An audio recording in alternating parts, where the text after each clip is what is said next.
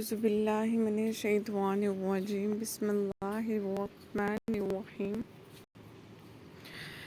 بلی من اسلم وجهه للہ وهو محسن فله اجره عند ربه ولا خوف علیہم ولا هم يحزنون۔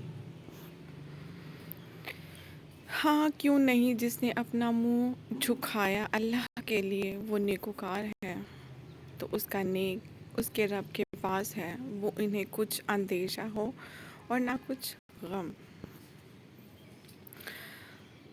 ہاں جو شخص خدا کے آگے گردن جھکا دے یعنی ایمان لے آئے، وہ نیکوکار بھی ہو تو اس کا صلہ اس کے پروردگار کے پاس ہے، اور ایسے لوگوں کو قیامت کے دن نہ کسی طرح کا خوف ہوگا نہ وہ غمناک ہوں گے۔